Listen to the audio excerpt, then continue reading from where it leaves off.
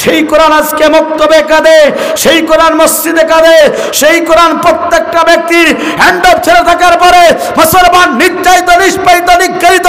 কারণটা হবে এই মুসলমান মসজিদে মানে আল্লাহর আইন, জমিনে মানে শয়তানের আইন। সুতরাং গোটা পৃথিবীর মুসলমান আল্লাহর আইন বাদ দিয়ে মানুষের তৈরি করা আইন মানার কারণে গোটা পৃথিবীর মুসলমান আজকে নির্যাতিত, নিষ্পেষিত, নিগৃহীত। কথা বলুন ঠিক না বেঠা? কিছুদিন আগে আমরা দেখতে পেরেছিলাম ফ্রান্সের সরকারের প্রধানমন্ত্রী ম্যাক্রো বিশ্বনবীকে নিয়ে কটূক্তি করেছিল।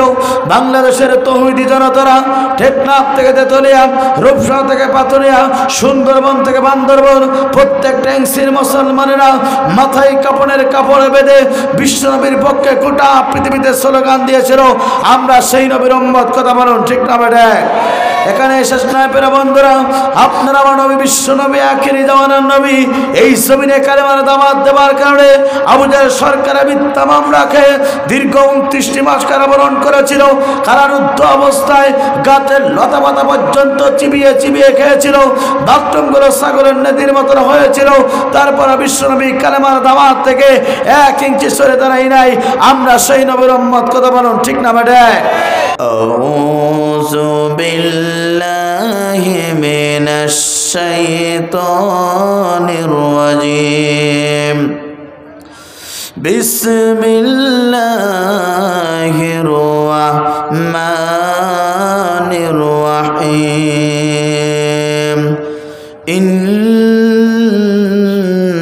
ইন্নাল্লাহা ওয়া মালাইকাতাহু ইউসাল্লুনা আলান নবী ইয়া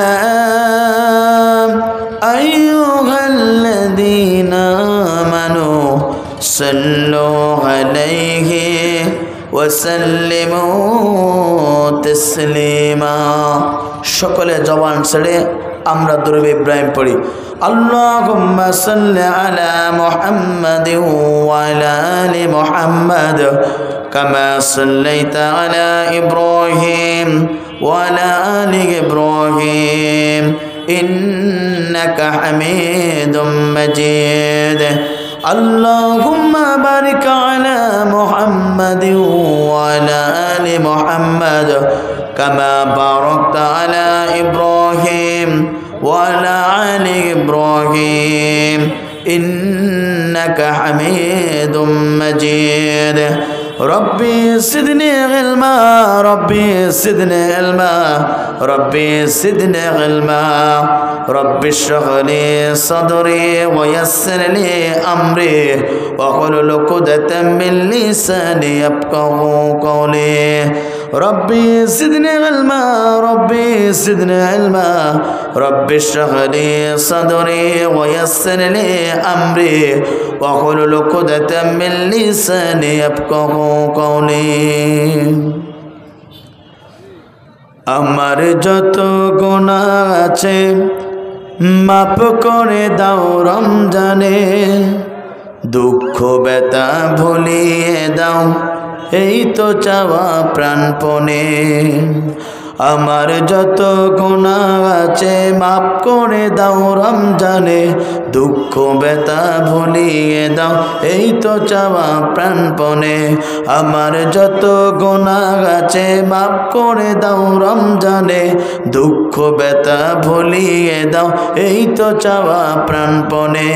দুঃখ ব্যথা ভুলিয়ে দাও এই তো চাওয়া প্রাণপণে। লা ইলাহা মাইকে সাউন্ডটা বাড়াও। লা ইলাহা সুবহানাল্লাহ আলহামদুলিল্লাহ লা ইলাহা সুবহানাল্লাহ আলহামদুলিল্লাহ লা ইলাহা। আসমানে আল্লাহ, জমিনে আল্লাহ, হায়াতে আল্লাহ, মাউতে আল্লাহ, লা ইলাহা। ও সুবহানাল্লাহ আলহামদুলিল্লাহ লা ইলাহা। কুরআন আমাদের আমাদের সংবিধান,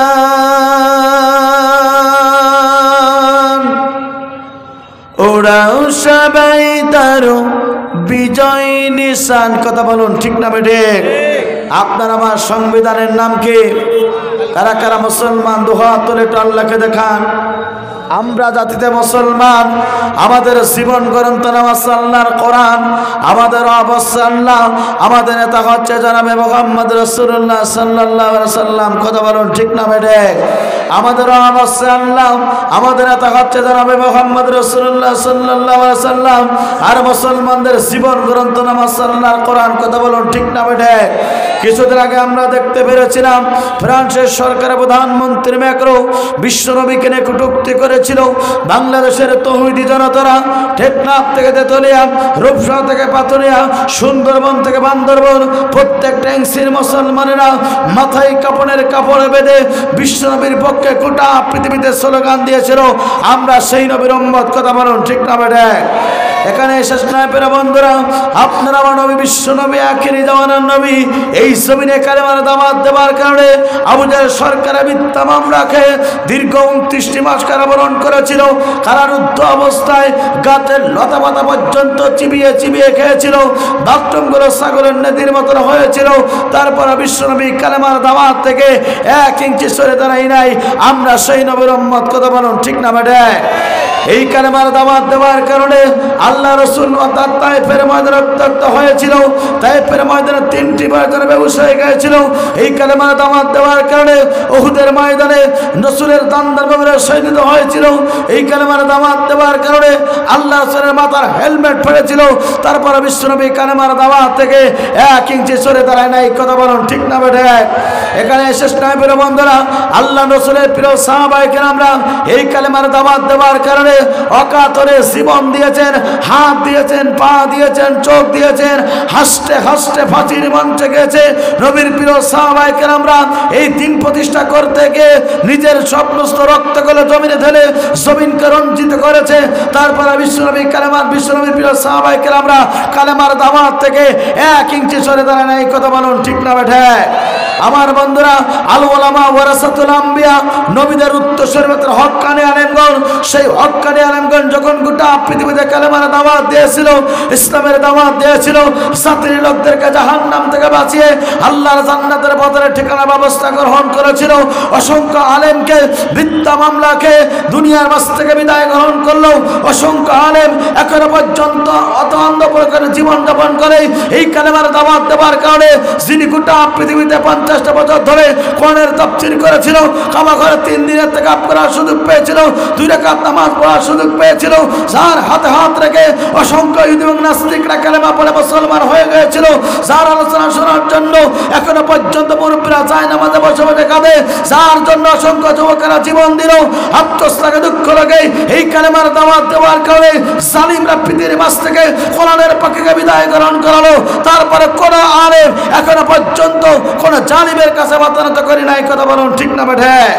সুতরাং বিশ্বনবীর মতন করে রক্ত দিতে হয়, বিশ্বনবীর মতন করে মিথ্যা মামলা খাওয়া লাগে, বিশ্বনবীর মতন করে যদি আন্দার মোবারক শহীদ দেওয়া লাগে, বিশ্বনবীর প্রিয় সাহাবায়ে কেরামদের মতন করে যদি হাত দেওয়া লাগে, চোখ দেওয়া লাগে, গোটা পৃথিবী আলেমদের মতন করে যদি নির্যাতিত হতে হয়, নিষ্পেষিত হতে হয়, মুসলমান তাতেও রাজি আছে।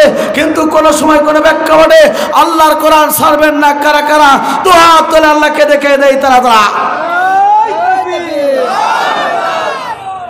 লিল্লাহি তাকবীর, লিল্লাহি তাকবীর। আল কোরআনের আলো দুনিয়ার মুসলিম, কোরআন হাদিস শিখানে, আলেম ওলামা শিখানে, তাফসীর মাহফিল শিখানে, গান বাজনা শিখানে। লিল্লাহি তাকবীর। কোরআন আমাদের সংবিধান, ওরাও সবাই তার বিজয় নিশান, নেতা আমাদের রাসূলুল্লাহ, লা ইলাহা ইল্লাল্লাহ। ইল্লাল্লাহু মুহাম্মাদুর রাসূলুল্লাহ সাল্লাল্লাহু আলাইহি ওয়াসাল্লাম।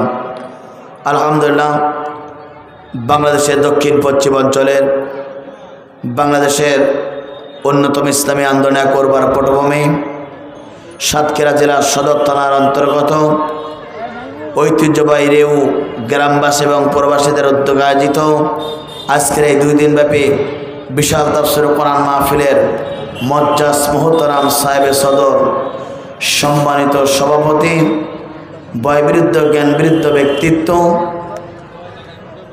জনাব মোহাম্মদ মাস্টার মোহাম্মদ আব্দুল আহাদ সাহেব, সিনিয়র শিক্ষক, মির্জানগর দাখিল মাদ্রাসা ও সেক্রেটারি, রেউ মধ্যপাড়া মাঝেরপাড়া কেন্দ্রীয় জামে মসজিদ, আতনুল্লাহ পি হায়াতে আমরা দোয়া করি সম্মানিত সভাপতির জন্য গোটা জীবনটা ইসলামের জন্য, কোরআনের জন্য কবুল করুক। চিৎকার করে বলুন আল্লাহুম্মা আমিন।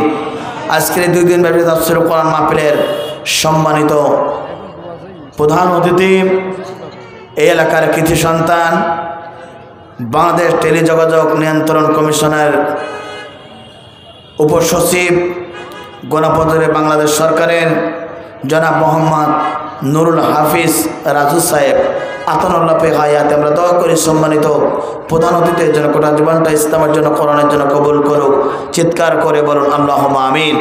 আজকের এই তাফসীর কোরআন মাহফিলের আমন্ত্রিত অতিথিবৃন্দ, আজকের তাফসীর কোরআন মাহফিলের সম্মানিত প্রধান বক্তা, গোটা বাংলাদেশের বক্তৃতা জগতে উজ্জ্বল জ্যোতিষ্ক, আমার অত্যন্ত শ্রদ্ধা ব্যক্তিত্ব, টেকনাফ থেকে তেতুলিয়া, রূপসা থেকে পাথুরে পর্যন্ত যিনি কোরআনের কথা বলেন, ইউটিউব এবং ভিডমেট সহ ফেসবুক সহ গোটা পৃথিবীতে অনলাইন জগতের সবচেয়ে শ্রেষ্ঠ অর্জন করেছেন যিনি, গাইবান্দার কৃতি সন্তান হযরত মাওলানা গোলাম রব্বানী যুক্তিবাদী সাহেব, আল্লাহ রাব্বুল আমিন সম্মানিত মেহমানকে সুস্থ রেখে জাতের ক্লান্তিক অবস্থায় যেন কোরআন এবং হাদিস থেকে অত্যন্ত জ্ঞানগর্ভ গুরুত্বপূর্ণ আলোচনা করতে পারে সেই তৌফিক দান করুক। চিৎকার করে বলুন আল্লাহুম্মা আমিন।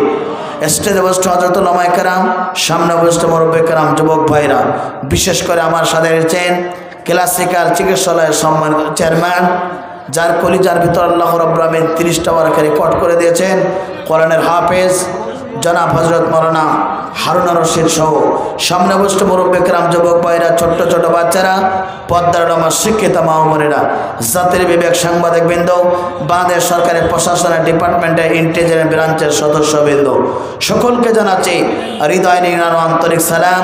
আসসালামু আলাইকুম ওয়া রাহমাতুল্লাহি ওয়া বারাকাতুহু। সে মহান রবের দরবারে শুকর আদায় করি যিনি আপনাকে আমাকে রাতের ঘুমকে হারাম করে সলাতুল ইসলাম নামাজ আদায় করে আসমানের নিচে জমিনের উপর একখণ্ড জায়গায় বসে মহাগ্রন্থ আল কোরআন ও কারিমের আলোচনা শোনার জন্য জীবনী করুণা করে, মায়া করে, দয়া করে পৃথিবীর সমস্ত কাজকামকে হারাম করে মহান রবের ডাকে সাড়া দিয়ে এই জান্নাতের প্যান্ডেলে বসার সুযোগ দান করে যে মনিব, হৃদয়ের সবটুকু আবেগ অনুভূতি দিয়ে সে মহান রবের দরবারে দিল খোলা শুকর আদায় করি। চিৎকার করে বলেন আলহামদুলিল্লাহ, আর জোরে বলেন আলহামদুলিল্লাহ। রব্বানা লাকাল হামদ হামদান কাসীরান তাইয়্যিবান মুবারাকান ফীহি। প্রশংসা করলাম কার? সুস্থ থাকলে প্রশংসা করা লাগবে কার? অসুস্থ থাকলে প্রশংসা করা লাগবে কার? জেলের ভিতরে থাকলে প্রশংসা করা লাগবে কার? মানুষের প্রতি জুলুম করতে, নির্যাতন করতে প্রশংসা করবেন কার? তাও করবেন? কোনো মানুষ কোনো মানুষকে জুলুম করতে পারে? কোনো মানুষ কোনো মানুষকে কষ্ট দিতে পারে? রাসূল বলেছেন যার হাত এবং জবান থেকে অপর ব্যক্তি নিরাপদ থাকে না, বিশ্বনবীর হাদিসের ভাষায় বলছেন ওই ব্যক্তিরা মুমিন থাকতে পারে না। কথা বলুন ঠিক না বেঠিক? আমার বন্ধুরা লক্ষ্য করুন, তাহলে সমাজের যে মানুষগুলা বলে এই কোরআনের আয়োজন করে লাভ কি? তাদের প্রশ্ন জবাব দেওয়ার জন্য 1400 বছর আগে মহাগ্রন্থ আল কোরআনুল কারিমে আল্লাহ পাক সুন্দরভাবে ঘোষণা করলেন, বান্দা শুনে রাখো, এই কোরআনের মঞ্চে যারাই আসবে ওই ব্যক্তিগুলো সবচেয়ে মুমিনে পরিণত হয়ে যাবে।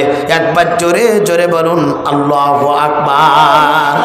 আর উপকার হলো আল্লাহ পাক তার নবীকে বলেন ওয়াজাক্কির ফাইন্না যিকরা তানফাউল মুমিনিন, হে নবী আপনি মুমিনদেরকে কোরআন শোনান, আপনি মুসলমানদেরকে কোরআন শোনান, আপনার সঠিক ইমানদারদেরকে কোরআন শোনান। কারণ ইমানদারদের সম্মুখে যদি এই কোরআনের কথা শোনানো হয়, ইমানদারদের দুইটা লাভ হবে। একবার জোরে জোরে বলুন আল্লাহু আকবার।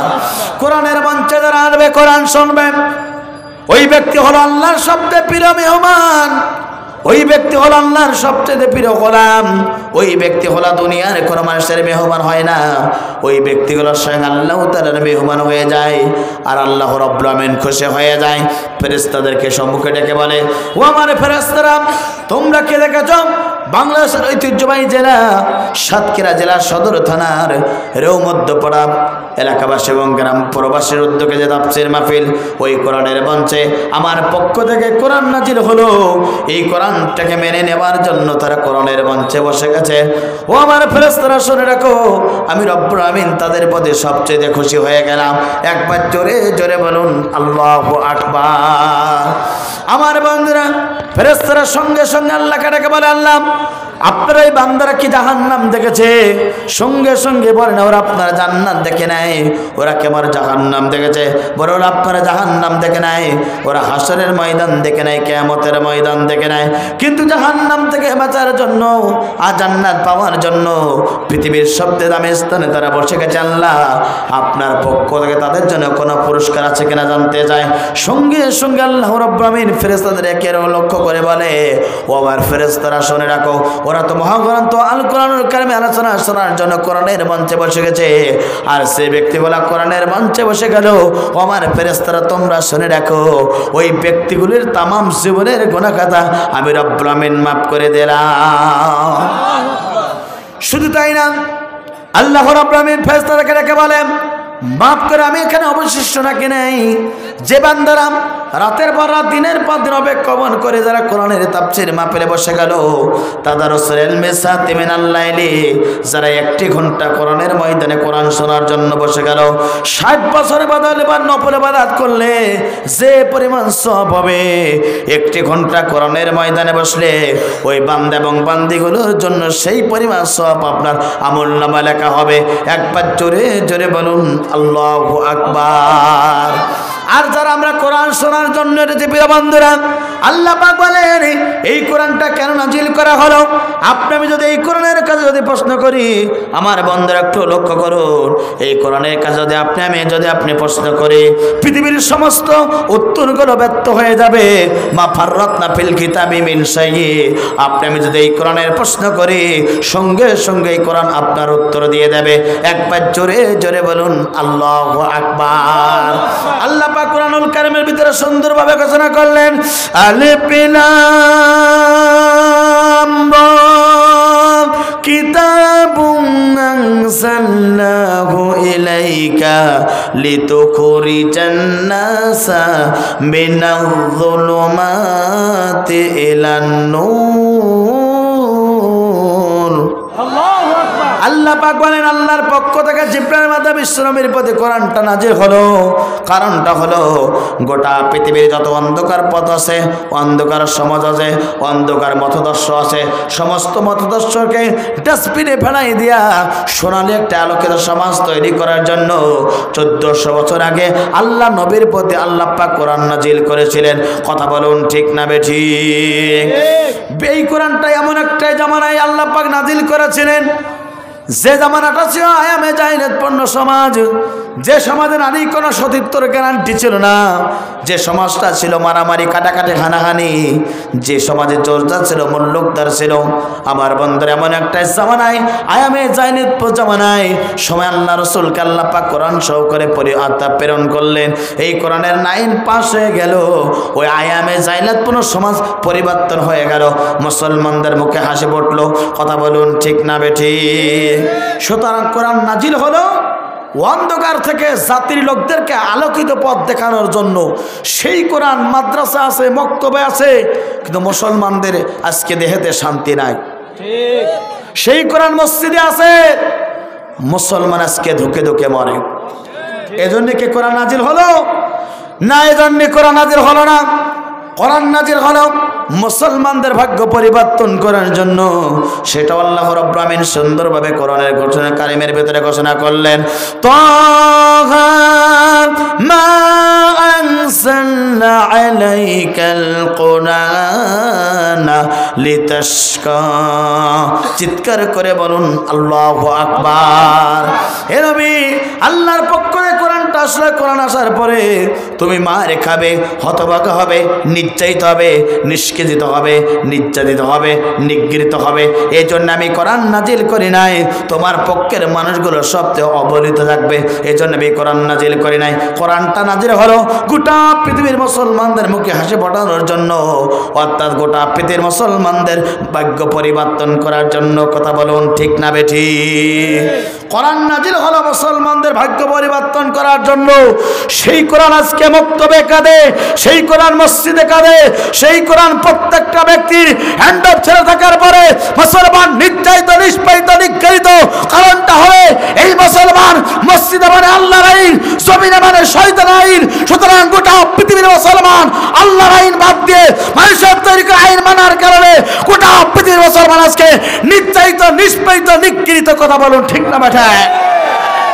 শান্তি যদি পেতে চান, কোরআনকে আপনার বুকে আঁকড়ে ধরতে হবে, কোরআনকে আপনাকে মানতে হবে। আপনি আমলিগ করতে পারেন, আমার কোনো সমস্যা নাই। আপনি বিএনপি করতে পারেন, আমার কোনো সমস্যা নাই। আপনি জামাত ইসলামী করতে পারেন, আমার কোনো সমস্যা নাই। আপনি আট্রাসি, দেওয়ানবাগী, ফুরবাড়ি সহ অসংখ্য দল আছে, আপনি দল করতে পারেন, আমার কোনো সমস্যা নাই। আমার বক্তব্য হলো আমজনতা আল্লাহর কোরআনকে মেনে নিতে হবে, ইসলাম মোতাবেক, কোরআন মোতাবেক আপনার জীবনটা করতে হবে। এই কোরআন যদি আপনি মানতে পারেন, তাহলে কবরে আপনি মুক্তি পেতে পারেন, আর দুনিয়াতে মুসলমান পরিচয় দেবেন। কিন্তু আল্লাহর কোরআন মানবেন না, খোদার কসম আপনি আল্লাহ জান্নাত পাবেন না। উপস্থিতি উদাহরণ দিলে বুঝতে পারবেন। আমি মনে করেন এই রেউ গ্রামে বিবাহ করেছে 2 বছর পূর্বে। এখন যে কোনো কারণবশত আমার মামা শ্বশুর বাড়ি মনে করেন সাতক্ষীরায়। এখন 2 বছরের মধ্যে যে কোনো একটা সময় আমার মামা শ্বশুর অর্থাৎ আমার স্ত্রীর সাথে আমার সম্পর্ক ছেদ হয়ে গেল, বিচ্ছেদ হয়ে গেল, ভেঙে গেল। হঠাৎ করে একদিন আমি সাতক্ষীরায় তাফসীর মাহফিলে আসলাম। এখন মামা শ্বশুরকে আমি একটু আদর করার জন্য আমাকে বললাম যে মামা শ্বশুর আপনি আমাকে একটু নাস্তা করান। বলুন তো আমার মামা শ্বশুর আমাকে কি নাস্তা করাবে না বাটাম করবে? জোরে বলেন। মামা শ্বশুর আমাকে আদর করবে না, বরঞ্চ আদর করবে, তবে অকট্য ভাষায়। কারণটা হলো তার ভাগ্নিকে যদি আমি তালাক দিয়ে মামা শ্বশুরের সাথে যদি আত্মহত্যা করতে চাই, মামা শ্বশুর যেমন আমার সাথে খারাপ আচরণ করবে, আল্লাহর কোরআনকে ত্যাগ করে আল্লাহকে পর্যন্ত পাওয়া যাবে না। আল্লাহ পাক তোমার প্রতি আমার প্রতি অসন্তুষ্ট হবে। সুতরাং কোরআনকে আপনাকে ভালোবাসা লাগবে। কোরআন যে পথে চলতে পারে আপনাকে সেই পথে চলতে হবে। সেই পথের পাকে পাকে যদি রক্ত পিচ্ছিল পথ হয়, কুণ্ঠকাঠিন্য পথ যদি হয়, তারপরে মুসলমান আল্লাহর কোরআন মানতে হবে। মুসলমান কোরআন মানলে জাহান্নাম থেকে মুক্তি পাবে, জান্নাত পাবে। আর কোরআন যদি আমি না মানি, কোরআন যদি আমি না মানি, বলুন তো জান্নাত কে পাওয়া যাবে? জোরে বলেন, পাওয়া যাবে না। আমার বন্ধুরা, সংক্ষিপ্ত পরিসরে কথা বলতে চাই। যারা আমরা তাফসীর মাহফিলে আসলাম আর কোরআন শোনার জন্য আসলাম, আল্লাহ রাব্বুল আমিন বলেন তাফসীর মাহফিলে যারা আসলো, যত শ্রোতারা আসলো, যত মা বোনেরা আসলো, যারাই আসলো না কেন, আল্লাহর কোরআন বলে ওই ব্যক্তিগুলোর জীবনে কোরআন শুনলে 2টা উপকার হবে। একবার জোরে জোরে বলুন আল্লাহু আকবার।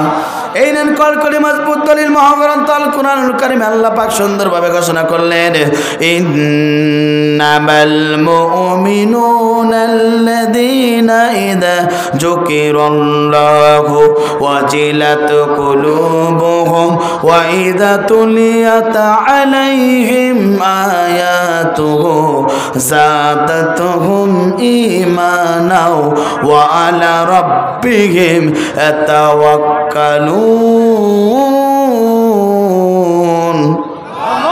আল্লাহ পাক বলেন, মুমিন ব্যক্তির সম্মুখে যখন এই কোরআনে আলোচনা করা হবে, মুমিন ব্যক্তির সম্মুখে যখন তাফসীর করা হবে, মুমিন ব্যক্তির সম্মুখে যখন বিশ্বনবী হাদিস থেকে আলোচনা শুরু হয়ে যাবে, ওই মুমিন ব্যক্তির জীবনে দুইটা উপকার হবে। এক নম্বর উপকার হলো কোরআন শোনার কারণে ওই মুমিন ব্যক্তির যতটুকু ঈমান ছিল, এই কোরআনের মঞ্চে বসার কারণে আর কোরআন শোনার কারণে ওই মুমিন ব্যক্তির আস্তে আস্তে করে ঈমানটা বৃদ্ধি পেয়ে যাবে। একবার জোরে জোরে বলুন আল্লাহু আকবার। মুমিন ব্যক্তি কোরআন শুনলে ঈমান বাড়ে। আর আবু জাহেল মার্কা মুসলমানের কোরআন শুনলে কলিজা সবচেয়ে কুটুস কুটুস করে কামড় জড়ে। আমার বন্ধুরা, বিশ্বনবীর জবান থেকে কালেমার দাওয়াত শুনেছিল হাফসির গোলাম বেলাল রাদিয়াল্লাহু তাআলা আনহু। ইসলাম কবুল করলেন, কালিমা গ্রহণ করলেন, মুসলমান হয়ে গেলেন। সেই বেলাল রাদিয়াল্লাহু তাআলা আনহু বিশ্বনবী মিরাজ রজনীতে চলে গেলেন। দেখলেন বেলালের পায়ের শব্দ জান্নাতের ভিতরে পাওয়া যায়। বিশ্বনবী মিরাজ করে আসার পরে বেলালকে জিজ্ঞাসা করলো, বেলাল তোমার পায়ের আওয়াজ দেখলাম জান্নাতের ভিতরে, অর্থাৎ পায়ের শব্দ বুঝতে পারলাম। ও বেলাল তুমি কি আমল করো যার কারণে তোমার পায়ের শব্দ জান্নাতে আমি বুঝতে পেরেছি? বিশ্বনবী যখন এই কথা বেলাল রাদিয়াল্লাহু তাআলাকে জিজ্ঞাসা করলেন, আল্লাহ নবীর প্রিয় সাহাবী বেলাল রাদিয়াল্লাহু তাআলা বললেন, ইয়া রাসূলুল্লাহ হাবিবাল্লাহ, বেশি আমল করি কিনা বলতে পারো না, তবে একটা আমল সবচেয়ে বেশি বেশি করি। ইয়া রাসূলুল্লাহ হাবিবাল্লাহ, আমার যখন উযু নষ্ট হয়ে যায় আমি সবসময় সে উযুটা রাখার জন্য চেষ্টা করি, অর্থাৎ সারাক্ষণ উযু পাক পবিত্র অবস্থায় আমি বেলাল থাকার চেষ্টা করি। একবার জোরে জোরে বলুন আল্লাহু আকবার। আমার বন্ধুরা, কিয়ামতের ময়দানে মুয়াজ্জিনদের কাল্লাটা সবচেয়ে বড় হবে। কারণটা হলো যারা মসজিদের মুয়াজ্জিন হবে আল্লাহ পাক তাদের সম্মান কিয়ামতের ময়দান হাসরের ময়দানে বেশি দেবে। বেলাল রাদিয়াল্লাহু তাআলাকে পর্যন্ত দেবে। সেই বেলাল আমার বন্ধুরা বিশ্বনবীর জবান দিয়ে কালেমার দাওয়াত শুনলো, কোরআন তেলাওয়াত শুনলো, মুসলমান হয়ে গেল। মৃত্যুর পূর্বে আল্লাহ রাব্বুল আমিন বেলালকে জান্নাত হিসাবে ঘোষণা করলো। পৃথিবীর দ্বিতীয় খলিফা হযরত ওমর রাদিয়াল্লাহু তাআলা পর্যন্ত প্রাথমিক যুগে ইসলাম কবুল করেনি।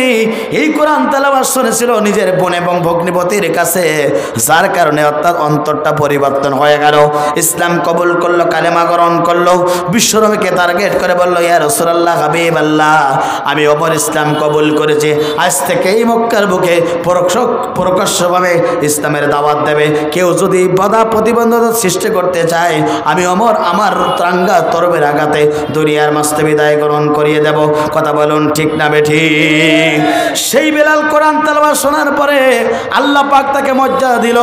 পৃথিবীতে মৃত্যুর পূর্বে আল্লাহ পাক তাকে আশারা মুবাশশারা 10 জন সাহাবীকে আল্লাহ পাক জান্নাতে ঘোষণা করলো। দ্বিতীয় নম্বর ছিল অর্থাৎ ওমর রাদিয়াল্লাহু তাআলা আনহু। সুতরাং বিশ্বনবীর জবান থেকে কোরআন তেলাওয়াত শুনলো, হাফসির গোলাম বেলাল রাদিয়াল্লাহু তাআলা ইসলাম কবুল করলেন, কালেমা গ্রহণ করলেন। পৃথিবীর দ্বিতীয় খলিফা হযরত ওমর রাদিয়াল্লাহু তাআলা ইসলাম কবুল করলেন, জান্নাত পেলেন। আবার রাসূলের বাড়ির পাশে ছিলেন আবু জেহেল, উতবা, সাইবারা। এই আবু জেহেল, উতবা, সাইবারা কোরআন তেলাওয়াত করেছিল। তাদের মন গলল না, বরং তাদের শয়তানি বেড়ে গেল। কথা বলুন ঠিক না বেঠিক? নবীর জবান থেকে কোরআন তেলাওয়াত শুনলে বিলাল ইসলাম কবুল করে, হাফসির গোলাম বিলাল ইসলাম কবুল করে, আল্লাহর প্রতি খুশি হয়ে যায়, ওমর খুশি হয়ে যায়, ইসলাম কবুল করে। সেই বিশ্বনবীর জবান থেকে কালেমার দাওয়াত শোনার পরে আবু জেহেলদের মনে খারাপ হয়ে গিয়েছিল, শয়তানি বেড়েছিল। আজ বর্তমানে আবু জেহেলের ছেলেপেলে আছে না নাই? তাদের পর্যন্ত শয়তানি বাড়ে। কথা বলুন ঠিক না বেঠিক? আজ বর্তমানে আমার বন্ধুরা আবু জেহেল আছে, 90 আবু জেহেল থাকবে যারা কোরআনের হক তাফসীর শুনলে কুটুস কুটুস করে অন্তরে জ্বালা করবে তাদের। কথা বলুন ঠিক না বেঠিক? কিন্তু আল্লাহ পাক বলছে তোমার কামড়াবে না, তোমার কষ্ট হবে না। সামিনা ওয়াতানা, কোরআন যা বলেছে আপনাকে মানতে হবে। যদি আপনার জীবনের বিপক্ষে চলে যায়, যদি আপনার নেতার বিপক্ষে চলে যায়, যদি আপনার নেত্রীর বিপক্ষে চলে যায়, যাক, আবার দায় আসে না। আমি আল্লাহকে খুশি করার জন্য আমার কোরআনের পক্ষে, আল্লাহর কোরআনের পক্ষে থাকতে হবে। সুতরাং মৃত্যু পর্যন্ত কারা কারা আল্লাহর কোরআনের পক্ষে থাকবেন? দুহাত তুলে একবার আল্লাহকে দেখিয়ে দে। লিল্লাহে তাকবীর।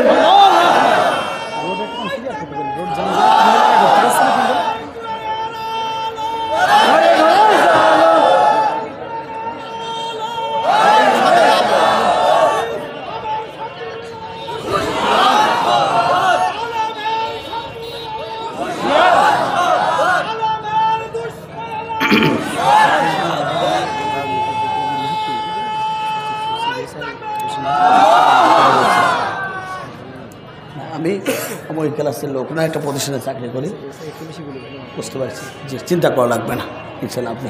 আমি এখান থেকে যা বলেছি আয়াতে বলেছি না, আপনি তো শুনেছেন আয়াতটা বলছি যে আমি এত যা বলবো এই আয়াতের উপর বিশেষ করে কথা বলবো। জি, আমি বুঝতে পারছি। আমি যা বলবো আয়াত তেলাওয়াত করবো, কোরআন আয়াতের বাংলাটা বলবো, এতটুকু তো আমার বলতে দেবেন। আলহামদুলিল্লাহ, আলহামদুলিল্লাহ।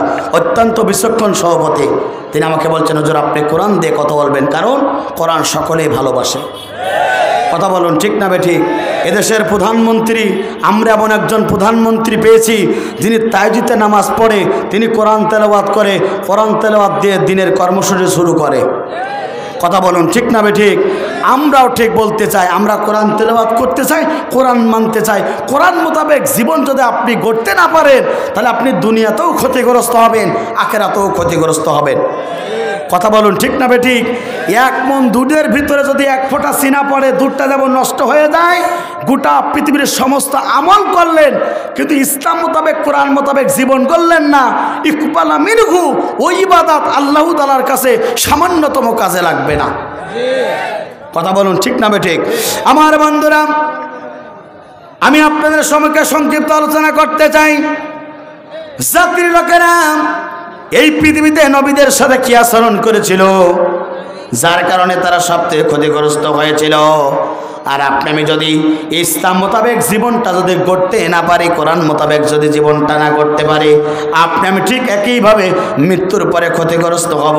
কথা বলুন ঠিক না বেঠিক?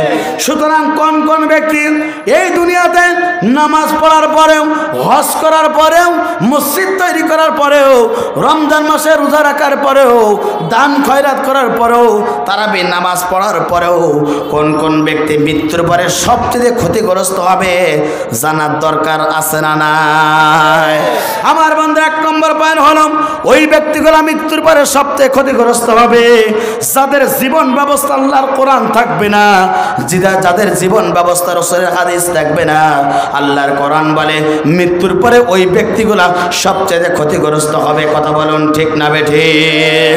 এটা আমার কথা না, মহাগ্রন্থ আল কোরআনুল কারীমের কথা। আল্লাহ পাক বলেন ওয়া মাইয়াবতাগি গায়রাল ইসলামি দীনান ফালাই ইকবালা মিনহু ওয়া হুয়া ফিল আখিরাতি মিনাল খাসিরিন।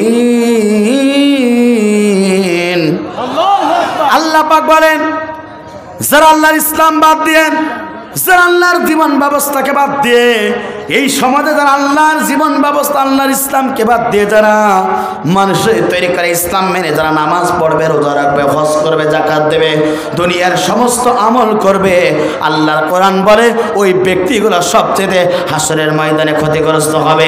কথা বলুন ঠিক না বেঠিক? সুতরাং আল্লাহর জীবন ব্যবস্থা আছে আল্লাহর কোরআন, সেটাও আল্লাহ পাক কোরআনুল কারীমের ভিতরে সুন্দরভাবে ঘোষণা করলেন ইন্নাদ-দীনা ইনদাল্লাহিল ইসলাম। আল্লাহ তাআলার কাছে একমাত্র শুধুমাত্র কেবলমাত্র পূর্ণাঙ্গ জীবন ব্যবস্থা নামাজ, আল্লাহর কোরআন। একবার জোরে জোরে বলুন আল্লাহু আকবার। ইসলামী the complete code of life, পূর্ণাঙ্গ জীবন ব্যবস্থা আছে মুসলমানদের জন্য আল্লাহর কোরআন। এই কোরআন আপনাকে যে কথা বলেছে আপনাকে সেই কাজ করতে হবে। এই কোরআন আপনাকে যে কাজ করতে বলেছে আপনাকে সেই পথে চলতে হবে। এই কোরআন যেটাকে হারাম বলেছে আপনাকে সেটা হারাম জানতে হবে। এই কোরআন যেটাকে হালাল বলেছে সেটাকে হালাল জানতে হবে। এই কোরআন যে রাস্তায় চলতে বলেছে আপনাকে আমাকে সেই পথে চলতে হবে। এই কোরআন যে পথে আপনাকে চলতে নিষেধ করেছে আপনি আমি মুসলমান হিসাবে সেই পথ থেকে বিরত থাকতে হবে, তাহলে আল্লাহর ইসলাম সঠিকভাবে মানা যাবে। কথা বলুন ঠিক না বেঠিক? আমার বন্ধুরা, যুগে যুগে এই ইসলামকে বিজয় রাখার জন্য আল্লাহ রাব্বুল আমিন এই পৃথিবীতে পয়গম্বরদেরকে আল্লাহ রাব্বুল আমিন প্রেরণ করেছিলেন, সেটা আল্লাহর কোরআন সুন্দরভাবে ঘোষণা করলেন হুয়াল্লাযী আরসালা রাসূলা বিল হুদা ওয়া দীনিল হক লিইয়ুযহিরাহু আলাদ-দীনি কুল্লিহি ওয়া লাহু কারিহাল মুশরিকুন। আল্লাহ পাক বলেন তিনি তো সেই সত্তা যিনি এই পৃথিবীতে তার রাসূলকে প্রেরণ করলেন সাথে দিলেন 70 দিন।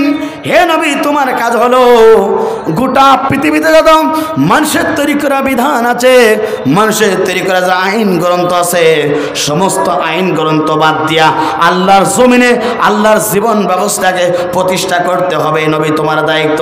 এই দিন প্রতিষ্ঠা করতে গিয়ে যদি মুশরিকরা তোমার প্রতি অসন্তুষ্ট হয়, মুশরিকরা তোমার প্রতি যদি খারাপ আচরণ করে, তারপরে হে নবী, তুমি কোরআন প্রতিষ্ঠার আন্দোলন করবে, অর্থাৎ কোরআনকে তোমাকে প্রতিষ্ঠার কাজ করতে হবে। কথা বলুন ঠিক না বেঠিক? এটা আমার কথা না, আল্লাহর কথা। আমার বন্ধুরা, সব কোরআনের কর্মের কথা। এই জন্য প্রিয় বন্ধুরা, যুগে যুগে যারা নবী রাসূল আল্লাহ পাক এই পৃথিবীতে প্রেরণ করেছিলেন, তাদের দায়িত্ব ছিল এই কোরআনুল কারীমটাকে সমাজে বাস্তবায়ন করা। যুগে যুগে যত পয়গম্বররা এসেছিল, সমস্ত পয়গম্বরদের দায়িত্ব ছিল এটাই। এইভাবে আমার বন্ধুরা লক্ষ্য করুন, অন্য আয়াত দ্বারা আল্লাহ পাক বলেন এই পৃথিবীতে রাসূলদেরকে 2টা দায়িত্ব পর্যন্ত দিয়েছিলেন। তিনি কে? জোরে বলেন, তিনি কে?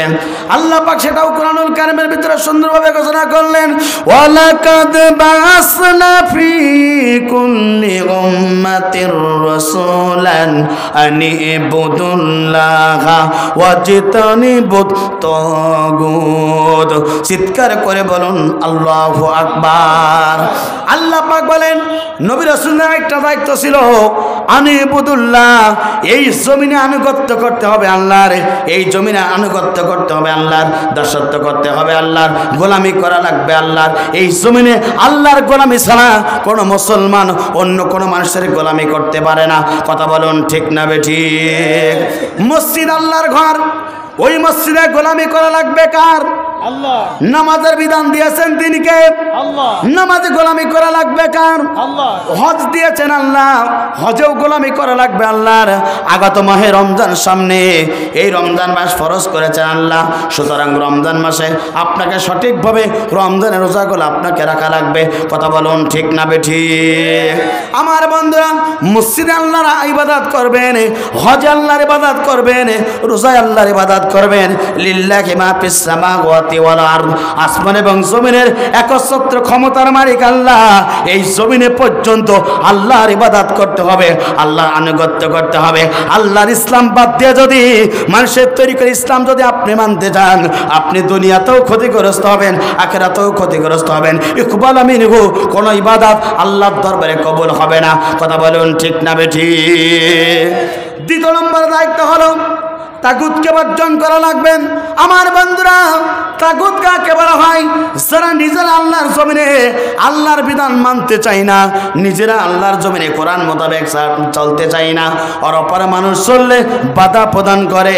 আল্লাহর কোরআন বলছে সুন্দরভাবে, ওরাই হলো সমাজের তাগুত। আর আল্লাহ পাক বলেন 2টা দায়িত্ব হলো, 1 নম্বর আল্লাহর ইবাদত করবে, 2 নম্বর দায়িত্ব হলো তাগুতকে বর্জন করা লাগবে। সুতরাং মুসলমান হিসাবে এই জমিনে আল্লাহর ইসলাম মানার দরকার আছে না? না, আল্লাহর ইসলাম আপনাকে মানতে হবে, কারণ দিন মানা ছাড়া আপনি আল্লাহ জান্নাত পাবেন না, পাবেন না, পাবেন না।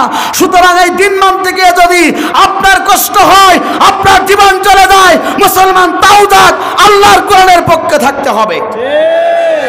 কারণ এই জীবন ব্যবস্থা মানলে তো আপনি জান্নাত পাবেন। এই জীবন ব্যবস্থা মানলে তো আপনি আল্লাহর সুখে জান্নাত পাবেন। সুতরাং আমি আপনার ভাই, আপনি আমার ভাই, আর আমি আপনার ভাই। সুতরাং আমাকে জাহান্নাম থেকে বাঁচতে হবে, আর আমার ভাইদেরকে আল্লাহর কোরআন থেকে সঠিক কথাগুলো আমার ভাইদের সম্মুখে উপস্থাপন করে আমার ভাইদেরকে জাহান্নাম থেকে বাঁচিয়ে আল্লাহর জান্নাতের পথে ঠিকানার ব্যবস্থা গ্রহণ করা লাগবে। নয়তো আমি চেয়ারের বসার পরে যদি আমি সত্য কথা না বলি, আল্লাহ পাক মৃত্যুর পরে আমাকে ধরবে। জবাবদিহিতা আছে না নাই? জোরে বলেন আছে না নাই? আমার বন্ধুরা, যুগে যুগে যারা এই দিনের কাজ করেছেন, যুগে যুগে যারা নবীয়ানা কাজ করেছেন, আল্লাহর জমিনে দিন প্রতিষ্ঠা করতে গিয়ে কাজ করেছে, জাতির লোকেরা সেই অর্থাৎ পয়গম্বরদের সাথে খারাপ আচরণ করেছে। ইতিহাস প্রমাণ করে এই পৃথিবীর প্রথম রাসূল, নাম তার ছিল নূহ আলাইহিস সালাতু ওয়াস সালাম। তিনিও দিনের দাওয়াত দিয়েছিল, 940 বছর দিনের দাওয়াত দিয়েছিল, ইসলামের দাওয়াত দিয়েছিল। বিনিময়ে 80 সংখ্যক লোকরা ইসলাম কবুল করেছিল, আর ম্যাক্সিমাম মানুষেরা ইসলাম কবুল করে নাই, কালেমা গ্রহণ করে নাই। নূহ আলাইহিস সালাতু ওয়াস সালামের সাথে এতই খারাপ আচরণ করেছিল। আমার বন্ধুরা লক্ষ্য করুন, হঠাৎ করে একদিন এই পৃথিবীর প্রথম রাসূল নূহ আলাইহিস সালাতু ওয়াস সালাম ঘর থেকে বের হলেন, চলে গেলেন একটা বাজারে, সমস্ত মানুষদের কাছে দিনের দাওয়াত দিলেন। ওই দাওয়াত যখনই দিলেন, কিছু দুষ্ট যুবক ছিল, নূহ আলাইহিস সালাতু ওয়াস সালামের হাত দুইটা বেঁধে ফেললো, দুইটা পা বেঁধে ফেললো। পিঠ বাঁধার পরে নূহ আলাইহিস সালাতু ওয়াস সালামকে আঘাত করা শুরু হয়ে গেল। নূহকে আঘাত করতে করতে সমস্ত শরীর থেকে রক্ত বের হলো। নূহ আলাইহিস সালাতু ওয়াস সালামের গায়ে থুতু মারা শুরু হয়ে গেল। এই পৃথিবীর প্রথম রাসূল নূহ, তিনি বেহুশ হয়ে গেলেন। সন্ধ্যার পরে তিনি যখন হুঁশ পেলেন, বাড়িতে চলে গেলেন। নূহ আলাইহিস সালাতু ওয়াস সালাম তার স্ত্রীকে বলেন, স্ত্রী, দিনের দাওয়াত দেওয়ার কারণে সমাজের লোকেরা আমার সাথে খারাপ আচরণ করলো। ও আমার স্ত্রী, একটিবারের জন্য তুমি আমাকে তো সেবা করার জন্য চিন্তা ভাবনা করো। সঙ্গে সঙ্গে নূহ আলাইহিস সালাতু ওয়াস সালাম যখন এই কথা বললেন, তার স্ত্রী তাকে সেবা করলো না। সঙ্গে সঙ্গে নূহ আলাইহিস সালাতু ওয়াস সালামকে পাগল বলেছিল। আমার বন্ধুরা লক্ষ্য করুন, তাহলে দিনের দাওয়াত দেওয়ার কারণে জাতির লোকেরা নূহ আলাইহিস সালাতু ওয়াস সালামের সাথে খারাপ আচরণ করেছিল, তার স্ত্রী পর্যন্ত তাকে সেবা করলো না। আল্লাহ রাব্বুল আলামিন ঘোষণা করে আসলো, ও পৃথিবীর প্রথম রাসূল নূহ, তুমি শুনে রাখো, তোমার স্ত্রী তোমার বিরোধিতা করার কারণে মৃত্যুর পরে তোমার স্ত্রী যাবে জাহান্নামে। কথা বলুন ঠিক না বেঠিক? আমার বন্ধুরা, এখানেই শেষ নয়। এই পৃথিবীতে আরেকজন নবী ছিল, নাম তার ছিল লূত আলাইহিস সালাতু ওয়াস সালাম। তার বাড়িতে আল্লাহর পক্ষ থেকে মেহমান ছিল। লূত আলাইহিস সালাতু ওয়াস সালামের বাড়িতে মেহমান চলে আসলো। সে সময় পুরুষেরা ক্ষমতার সমকামিতা করতো, মেয়ে লোক আল্লাহ মেয়েদেরকে সমকামিতা করতো। এমন একটা জামানা ছিল লূত আলাইহিস সালাতু ওয়াস সালামের জামানা। আমার বন্ধু, আল্লাহর পক্ষ থেকে লূত আলাইহিস সালাতু ওয়াস সালামের বাড়িতে মেহমান চলে আসলো, দুইজন ফেরেশতা। আসার পরে সমাজের দুষ্ট যুবকেরা চিন্তা করলো, লূত আলাইহিস সালাতু ওয়াস সালামের বাড়িতে মেহমান আসলো, তাদের সাথে আমরা খারাপ আচরণ করতে চাই, সমকামিতা লিপ্ত হতে চাই। যে সময় তারা লূত আলাইহিস সালাতু ওয়াস সালামের বাড়ির ভিতরে প্রবেশ করতে চাইবে, সঙ্গে সঙ্গে লূত আলাইহিস সালাতু ওয়াস সালাম ওই দুষ্ট যুবকদেরকে লক্ষ্য করে বলল, খবরদার, ওরা আল্লাহর পক্ষ থেকে মেহমান আমার বাড়িতে, তোমরা তাদের সাথে খারাপ আচরণ করো না। লূত আলাইহিস সালাতু ওয়াস সালামের কথা শুনলো না। তারা খারাপ কাজের জন্য পাটা অগ্রগামী হলো। ওই অগ্রগামী হওয়ার কারণে আমার বন্ধুরা, লূত আলাইহিস সালাতু ওয়াস সালামের স্ত্রী ওই দুষ্ট যুবকদেরকে সাহায্য করেছিল। আল্লাহ পাক ঘোষণা করলো, ও লূত, তুমি শুনে রাখো, তোমার স্ত্রী পর্যন্ত মৃত্যুর পরে জাহান্নামে যাবে, ক্ষতিগ্রস্ত হবে। কথা বলুন ঠিক না বেঠিক? এই পৃথিবীতে দুইজন পয়গম্বরের স্ত্রী যাবে জাহান্নামে। এক নম্বর হলো নূহ আলাইহিস সালাতু ওয়াস সালাম, দ্বিতীয় নম্বর হলো লূত আলাইহিস সালাতু ওয়াস সালাম। আমার বন্ধুরা, মিল্লাত আবিকুম ইব্রাহিম ওয়া সাম্মাকুমুল মুসলিমিন, মুসলিম জাতির পিতা ইব্রাহিম আলাইহিস সালাতু ওয়াস সালাম, তিনিও কালেমার দাওয়াত দিলেন, ইসলামের দাওয়াত দিলেন। আমার বন্ধুরা, সেই সময় স্বৈরাচার শাসক ছিল, নাম তার ছিল নমরুদ। তিনি চিন্তা করলেন, আমার দরবারে প্রশাসন বাহিনীতে চাকরি করে আজর, তার সন্তান হলো ইব্রাহিম, ইব্রাহিমকে পৃথিবীর বাস্তে বিদায় গ্রহণ করাতে হবে। যার কারণে ইব্রাহিম নবী দিনের দাওয়াত দেওয়ার কারণে তাকে মারার জন্য আগুনের কুণ্ডুল পেরে ভেতরে ফেরানো হলো। যখন আগুনের ভিতরে ফেরানো হলো, জিবরাইল আলাইহিস সালাতু ওয়াস সালাম আল্লাহর অনুমতি ক্রমে চলে আসলেন পৃথিবীর প্রত্যাদ মুসলিম জাতির পিতা ইব্রাহিম আলাইহিস সালাতু ওয়াস সালামের কাছে। ইব্রাহিমকে বলল, আল্লাহর বন্ধু, আল্লাহর বন্ধু, ও ইব্রাহিম, তুমি আমার কাছে সাহায্য চাও, দুইটা ডানা মেরে দেব, সঙ্গে সঙ্গে আগুনগুলো ঠান্ডা হয়ে যাবে।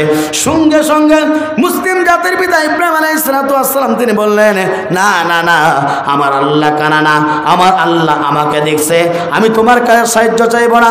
আমার আল্লাহ যদি এই আগুনতে আমাকে পুড়িয়ে পুড়িয়ে যদি জীবনটা সারকার করে দেয়, আর দেহটাকে যদি পুড়িয়ে পুড়িয়ে যদি কয়লা করে দেয়, আমি অর্থাৎ ইব্রাহিম আল্লাহর জন্য আমি পড়তে প্রস্তুত আছি।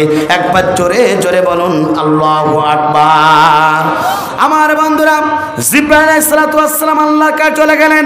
সঙ্গে সঙ্গে আল্লাহ রাব্বুল আমিন আমার বন্ধুরা সঙ্গে সঙ্গে আগুনকে অর্ডার করলেন, আগুন তুমি আমার খলিল, আমার বন্ধু ইব্রাহিমের একটা আগুন দেহের পশম পর্যন্ত বলাতে পারবে না, তুমি শীতলকারী হয়ে যাও, ঠান্ডা হয়ে যাও। আমার বন্ধুরা, সঙ্গে সঙ্গে ইব্রাহিম নবী আগুন তার জন্য ঠান্ডা হয়ে গেল। ইব্রাহিম নবী আগুনের কুণ্ডলে পেরে ভেতরে খেলাধুলা করে। কিছুক্ষণ পরে ইব্রাহিম নবী আগুনতে পড়েছে কিনা এটা দেখার জন্য চলে চলে আসলো আগুনের কাছে নমরুদ। এসে দেখলাম ইব্রাহিম আগুনের ভিতরে খেলাধুলা করে। সঙ্গে সঙ্গে আগুনকে নমরুদ প্রশ্ন করে, ও আগুন, মনে হয় তোমার তেজ কমে গিয়েছো কেন? আমার চরম শত্রু ইব্রাহিমের দেহটা পর্যন্ত তুমি পড়ালে না। আগুনের জবান করে গেল। আগুন সঙ্গে সঙ্গে নমরুদকে বলল, ও নমরুদ, তুমি শুনে রাখো, না না না, আমার আগুনের তেজ কমে যায় নাই, আমি আল্লাহর হুকুম পালন করছি। বিশ্বাস যদি ও নমরুদ তোমার না হয়, ইব্রাহিমকে একবারের জন্য আগুন থেকে উঠিয়ে নাও, আর আগুনের ভেতরে ও নমরুদ তুমি একটিবারের জন্য ঢোকো, তোমাকে পড়াতে আমি আগুন 1 সেকেন্ড পর্যন্ত লাগবে না। একবার জোরে জোরে বলুন আল্লাহু আকবার। আমার বন্ধুরা এখানে শেষ নাই। সেই ইব্রাহিমকে জুলুম করার কারণে, জাতির লোকেরা খারাপ আচরণ করার কারণে, এই পৃথিবীতে দৃষ্টান্ত রাখার জন্য নমরুদকে আল্লাহ রাব্বুল আমিন ন্যাংরা মশা দিয়ে জুতা পেটা করে আল্লাহ রাব্বুল আমিন সাইজ করেছিল। গোটা পৃথিবীর যত নমরুদ মার্কা মুসলমান আছে, আল্লাহ পাক তাদেরকেও চাইলে একই অবস্থা ভবিষ্যতে করতে পারে। কথা বলুন ঠিক না বেঠিক? আমার বন্ধুরা, এই পৃথিবীর সবচেয়ে বড় রাগী নবী, নাম তার ছিল মুসা আলাইহিস সালাম। তিনিও দিনের দাওয়াত দিয়েছিল, তিনিও হকের দাওয়াত দিয়েছিল। ফিরআউন সহ্য করতে পারল না, মুসাকে মারার জন্য নীল নদের প্রান্তে নিয়ে গিয়েছিল। নীল নদের প্রান্ত থেকে এই পৃথিবীর সবচেয়ে বড় রাগী নবী মুসা আলাইহিস সালামকে বাঁচিয়েছিলেন। আর আগুনতে এই পৃথিবীর সবচেয়ে বড় স্বৈরাচার শাসক, নাম তার ছিল ফিরআউন। সেই ফিরআউনকে আল্লাহ রাব্বুল আমিন পানিতে চুপিয়ে চুপিয়ে পৃথিবীর মাঝে বিদায় গ্রহণ করিয়েছিলেন। কথা বলুন ঠিক না বেঠিক? আমার বন্ধুরা, আপনার আমার নবী, বিশ্ব নবী, আখিরি জামানার নবী, তিনিও দিনের দাওয়াত দিয়েছিলেন, তিনিও কালেমার দাওয়াত দিয়েছিলেন, তিনিও হকের দাওয়াত দিয়েছিলেন। আমার বন্ধুরা একটু লক্ষ্য করুন, তিনি যখন হকের দাওয়াত দিয়েছিলেন, আমার বন্ধুরা আবু জাহেল, উতবা, সাইবারা তারা সহ্য করতে পারে নাই, নবীকে মারার জন্য ষড়যন্ত্র করেছিল। হঠাৎ করে একদিন বিশ্ব নবী কাবার চত্বরে নামাজের জন্য দাঁড়িয়ে গেলেন। সঙ্গে সঙ্গে আবু জাহেল ঘোষণা করলো, মুহাম্মদকে মারার আজকে সুবর্ণ সুযোগ। আজকে যদি মুহাম্মদকে আমার সবচেয়ে চিরশত্রু মুহাম্মদকে যদি বিদায় গ্রহণ করারে যায়, তাহলে আমার এই দেশে কোনো শত্রু থাকবে না। আমি ডিজিটাল নেতা, আমি ফেরাও, আমি আবু জাহেল যা বলবো এই দেশে তাই চলবে। আমার বন্ধুরা, সঙ্গে সঙ্গে উকবা ইবনে আবি মুয়াইত বলল, নেতাজি আপনি কর্মসূচি শুরু করে দিন, আমরা বাস্তবায়ন করার চেষ্টা করব। সঙ্গে সঙ্গে আবু জাহেল বলল, যাও যাও, দূরে একটা নাড়ি ভুড়ি, উটের নাড়ি ভুড়ি পর্যন্ত আছে, সমস্ত উটের নাড়ি ভুড়ি গোড়া মুহাম্মাদের পিঠের উপরে চাপিয়ে দাও। আল্লাহ নবী নামাজ অবস্থায় সিজদা চলে গেলেন। সমস্ত নাড়ি ভুড়ি গোড়া আমার বন্ধুরা সঙ্গে সঙ্গে উকবা ইবনে আবি মুয়াইত কাফের বিশ্বনবীর পিঠের উপরে চাপিয়ে দিলেন। দেওয়ার পরে অর্থাৎ বিশ্বনবী আর সিজদা থেকে উঠে দাঁড়াতে পারেন না। পর্যাপ্ত পরিমাণে বিশ্বনবীর কষ্ট হয়, বিশ্বনবীর কলিজা ফেটে যায়, চোখ দুটি রক্তবর্ণ হয়ে গেল। সিজদা করছে আল্লাহকে, বলে আল্লাহ তোমাকে স্মরণ করার জন্য কাবার চত্বরে 2 রাকাত নামাজ পড়ার জন্য ছিলাম। আবু জাহেলরা ষড়যন্ত্র করে পৃথিবীর মাঝ থেকে আমাকে বিদায় করার জন্য লিপ্ত হয়েছে। আল্লাহ আপনি আমার সাহায্য করুন, আপনি আমাকে বাঁচান। আমার বন্ধুরা, এই হাদিসটা তিনি বর্ণনা করেছেন আব্দুল্লাহ ইবনে মাসউদ রাদিয়াল্লাহু তাআলা আনহু। তিনি দৌড়াতে দৌড়াতে চলে গেলেন বিশ্বনবীর কলিজার টুকরা ফাতেমার কাছে। ফাতেমাকে লক্ষ্য করে বলল, ফাতেমা, তোমার বাবা দিনের দাওয়াত দেওয়ার কারণে কাবার চত্বরে আল্লাহর জন্য নামাজ আদায় করার কারণে আবু জাহেল আপনার বাবাকে মারতে চায়, তাড়াতাড়ি তোমার বাবাকে বাঁচানোর জন্য তাড়াতাড়ি বেরিয়ে পড়ুন। ফাতেমা রাদিয়াল্লাহু তাআলা আনহা ঘর থেকে পর্দা করে বের হয়ে গেলেন, কাবার চত্বরে চলে গেলেন। নিজের হাত দ্বারা বিশ্বনবীর দেহের সমস্ত নাড়ি বুটের নাড়ি বুড়ে বলা পর্যন্ত সরিয়ে ফেললেন। একবার জোরে জোরে বলুন আল্লাহু আকবার। বিশ্বনবী সিজদা থেকে উঠে গেলেন। আমার বন্ধুরা লক্ষ্য করুন, যখন সিজদা থেকে উঠলেন, কলিজার টুকরা ফাতেমা বিশ্বনবীকে লক্ষ্য করে বলল, আব্বাজান, আপনি যদি আজকে মৃত্যুবরণ করেন, আমি কাকে আব্বা বলে ডাকবো, কাকে আব্বা বলে ডাকবো? ও আমার আব্বাজান, দূর থেকে সফর করে আসলে নিজের দেহের জামাটা পর্যন্ত খুলে নিজের কলিজার টুকরা ফাতেমার কাছে উঠিয়ে দিতেন। ও আমার আব্বাজান, আজকে যদি বিদায় গ্রহণ করতেন, আমি কাকে আব্বা আব্বা বলে ডাকতাম? আব্বাজান, কেন আপনাকে কামান চত্বরে আবু জাহেল মারতে চাই একটিবারের জন্য জানতে চাই। আল্লাহ নবী সঙ্গে সঙ্গে চোখের পানি ছেড়ে দিয়ে হাউমাউ করে কাঁদের বলে, ও আমার মা, তারা কেন আমাকে মারতে চায় তুমি শুনতে চাও? কলিজার টুকরা ফাতেমা বলল, আব্বাজি শুনতে চাই, আপনি কি তাদের কোনো ঘর বাড়িতে আগুন লাগিয়েছেন? বিশ্বনবী বলে, না না না না, আমি তাদের কোনো ঘর বাড়িতে আগুন মার দেই নাই। আপনি কি তাদের কোনো সম্পদকে লুট করে নিয়েছেন? আমার বন্ধুরা নবী বলে, না না মা, তাদের কোনো সম্পদ লুট করি নাই, তাদের কাছ থেকে কোনো কিছু আমি নেই নাই। তাহলে বাবা আপনাকে মারার জন্য কেন এই প্ল্যান করলো জানতে চাই। সঙ্গে সঙ্গে বিশ্বনবী চোখের পানি ছেড়ে দিয়ে কাঁদে আর বলে, মা, তারা আমার মারতে চায় একটা অপরাধ। এই জমিনে বলেছিলাম লা ইলাহা ইল্লাল্লাহ মুহাম্মদ রাসূলুল্লাহ, এই কালেমার দাওয়াত দেওয়ার কারণে আবু জেহেল আজকে আমার পৃথিবীর মাঝ থেকে বিদায় গ্রহণ করাতে চায়। কথা বলুন ঠিক না বেটি? এই কালেমার দাওয়াত দিলেন, এই সমাজে কালেমার দাওয়াত দিলে কেউ পায় বড় বড় রান, আর সেই কালেমার সঠিক দাওয়াত দিলে কাউকে অন্ধকার কাষ্টে যেতে হয়, কাউকে দুনিয়ার মাঝ থেকে বিদায় গ্রহণ করাতে হয়, কাউকে এই পৃথিবীর মাঝ থেকে জালিমরা সবথেকে কষ্ট দেয়, নির্যাতন করে। কথা বলুন ঠিক না বেটি? বিশ্বনবী কাবার চত্বরে একদিনের দাওয়াত দিল, আল্লাহ নবীকে পৃথিবীর মাঝ থেকে আবু জেহেল মারার জন্য চেষ্টা করলো। আল উলামা ওয়ারাসাতুল আম্বিয়া, আলেমদেরকে যারা এই দুনিয়া থেকে অন্যায়ভাবে যারা পৃথিবীর মাঝ থেকে বিদায় গ্রহণ করাতে চায়, নব্য আবু জেহেলের বাচ্চা তারা। কথা বলুন ঠিক না বেটি? ধরে মোল্লা ধরে না, ধরলে মোল্লা ছাড়ে না, সবাই ধরে বারবার, মোল্লারা ধরে একবার। এই মোল্লা যাদের ধরেছে জানাজার নামাজ তাকেই পড়াই লেগেছে। কথা বলুন ঠিক না বেটি? বাংলার মুসলমান করে আল্লাহর নাফরমান, বিপদে যখন পড়ে ফেলাই চোখের পানি। আল্লাহ কয়, তোরা যে কত সিটিং বাস, তাও আসমানের মালিক আমি জানি। কথা বলুন ঠিক না বেটি? আমার বন্ধুরা, বিশ্বনবীর কলিজা পাঠা যায়, পর্যাপ্ত পরিমাণে তৃষ্ণার্ত।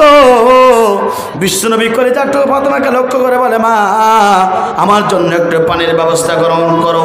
সঙ্গে সঙ্গে বিশ্বনবীর পাশে একজন সাহাবী ছিল, নাম তার ছিল আদ্রাজ। আদ্রাজকে বললো, আদ্রাজ তুমি আঙ্গুর বাগানে ঢোকো, কিছু আঙ্গুরের রস নিয়ে চলে আসো। বিশ্বনবীর প্রিয় সাহাবী আদ্রাজ ঢুকে গেলেন আমার বন্ধুরা আঙ্গুর বাগানে। কিছু আঙ্গুর নেওয়ার পরে চাপ দিলেন, এক গ্লাস আঙ্গুরের রস হয়ে গেল। বিশ্বনবী সেটাকে সেবন করলেন। সেবন করার পরে গায়ে একটু জ্বর হলো। সঙ্গে সঙ্গে মেয়ে ফাতেমাকে বললো, মা, তুমি একটু অপেক্ষমান করো, আমি একটু দোয়া করতে চাই। দুটো হাত ধরে আল্লাহর দরবারে আল্লাহ নবী দোকান তুলে বলে, আল্লাহ, কাবার চত্বরে যে 7 জন কাফের আজকে ষড়যন্ত্র করে পৃথিবীর মাঝ থেকে আমাকে হত্যা করতে চায়, আল্লাহ, আমি নবী যেন বেঁচে থাকতে থাকতে এই 7 জন কাফের দুনিয়ার মাঝ থেকে জাহান্নামে চলে যায়। একবার জোরে জোরে বলুন আল্লাহু আকবার। আমার বন্ধুরা, এই পৃথিবীর সমস্ত দোয়াগুলো ব্যর্থ হতে পারে, নবীর দোয়া কি ব্যর্থ হবে? জোরে বলেন। নবীর দোয়া ব্যর্থ হলো না, সঙ্গে সঙ্গে কারেন্টের মতন কবুল হয়ে গেল। আমার বান্দারা লক্ষ্য করুন, কবুল যখন হয়ে গেল, কিছুক্ষণ পরে এবার 7 জন কাফের কাছে এই দয়ের সংবাদ চলে গেল। সমস্ত 7 জন কাফের টেনশন পড়ে গেল। এই পৃথিবীর সবচেয়ে দোয়া যদি করে কপাত ভুল হতে পারে, মোহাম্মদ যেহেতু এসে দোয়া করেছে, আমরা 7 জন দুনিয়ার মাঝে তারা মৃত্যুবরণ করব, দুনিয়ার মাঝে বিদায় গ্রহণ করব।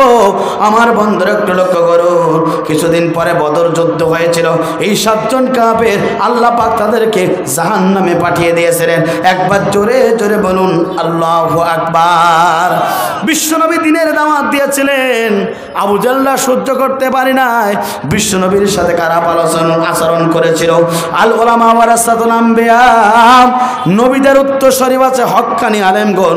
সেই হক্কানি আলেমগণ যখন গোটা পৃথিবীতে কালেমার দাওয়াত দেয়, ইসলামের দাওয়াত দেয়, ইনিন হুকমু ইল্লা লিল্লাহ, সৃষ্টি যার, আইন চলবে তাই।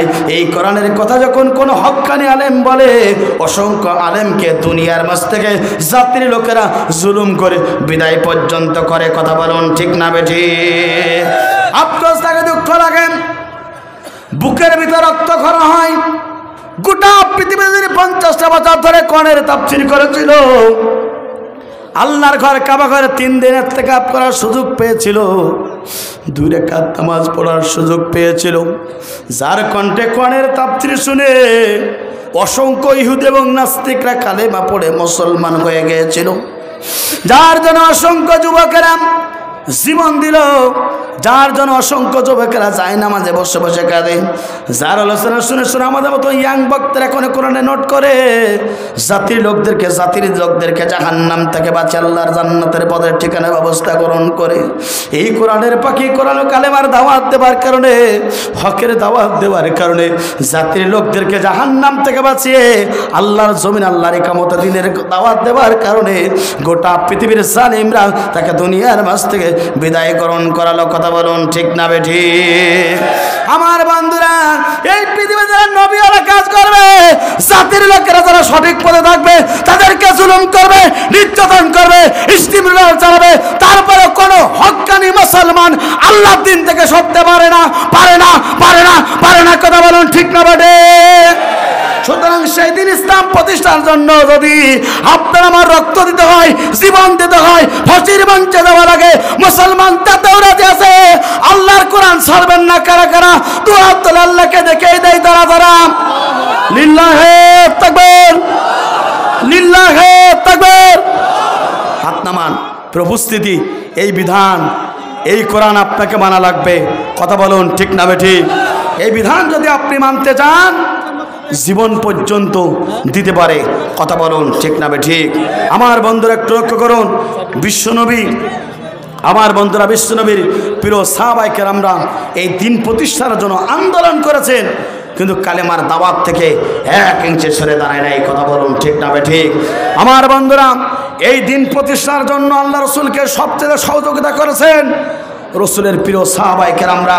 খাব্বাব, খুবাইব, সুমাইয়া সহ, আসিয়া সহ এই পৃথিবীতে নবীর অসংখ্য সাহাবাইগণ আল্লাহ দিন প্রতিষ্ঠা করার জন্য, রসুলের তরুণ যুবক সাহাবাইগণ তারা সবচেয়ে রক্ত দিয়েছে, জীবন দিয়েছে, দিনের পর থেকে সরে যায় নাই। সাতক্ষীরাবাসী আজকে আপনাদেরকে বলতে চাই, নবীর প্রিয় সাহাবায়ে কেরামরা যেমন এই পৃথিবীতে দিন প্রতিষ্ঠার জন্য রসুলকে সবচেয়ে সহযোগিতা করেছিল, বর্তমানে যদি আপনাকে আমাকে আল্লাহ দিন প্রতিষ্ঠা করতে যদি জীবন চলে যায়, রক্ত দেব, ইসলাম ছাড়বো না। কথা বলুন ঠিক না বেঠিক?